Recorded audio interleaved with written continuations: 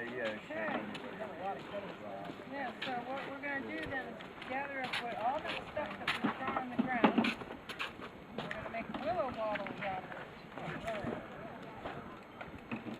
What's a willow wattle?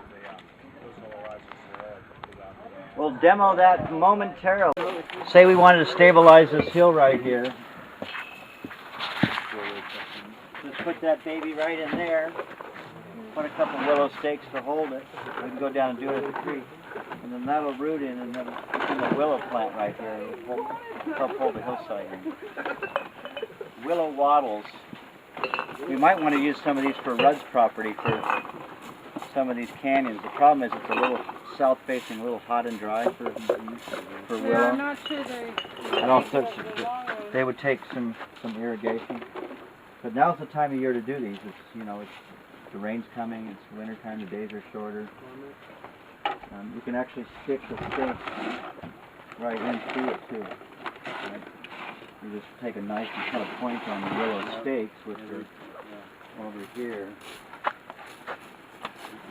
Well, we should do them. Yeah, we'll go do some. So let's everybody make a wattle and let's go play around with wattling. Engineering. Yes, Ag Engineering. Ag Engineering Department. He's been very helpful around the ranch. He's designing a bunch of neat stuff for us, including a rainwater collection system. And he's got an engineer from out of what office? Templeton. Out of the Templeton office. And your name is again? Mark Barnett. Mark Barnett. So I'm just going to basically have them spend a couple minutes to talk about what they do and why they do it. And I know their boss, or his boss, said that in the next 20 years, a good percentage of the employees are going to retire out of NRCS, and so it's a really great field. It's a good organization to work with. So take it away, gentlemen. Like Mark said, our agency basically started out of the Dust Bowl. You had lots of soil erosion, and through that they were able to establish an agency whose job it was to go through and help farmers conserve soil.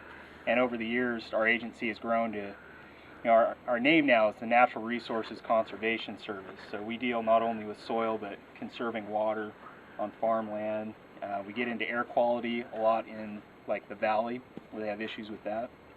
But as far as my job goes as an engineer, I help ranchers design stock water systems to more effectively distribute their cattle, drain lines for orchards like in Lompoc, help minimize the gully erosion that they have out there. Irrigation systems, trying to improve the efficient use of water in our area. So that's mainly what we do. And we have programs that help the growers install the practices that aren't traditionally adopted. So hopefully they'll be able to adopt those practices that don't always look like they're as economically appealing, but once they install them, hopefully they like them and continue to implement them on their properties. So what we do is we provide technical assistance and funding to act as an incentive to implement best management practices that conserve resources like soil, like water, like energy. In our major program is the EQUIP program, which is the Environmental Quality Incentive Program. Generally our cost share is 50% funding. So if you have furrow irrigation, we'll pay up to $800 an acre to go to a drip or a sprinkler system as a way to minimize erosion and conserve water.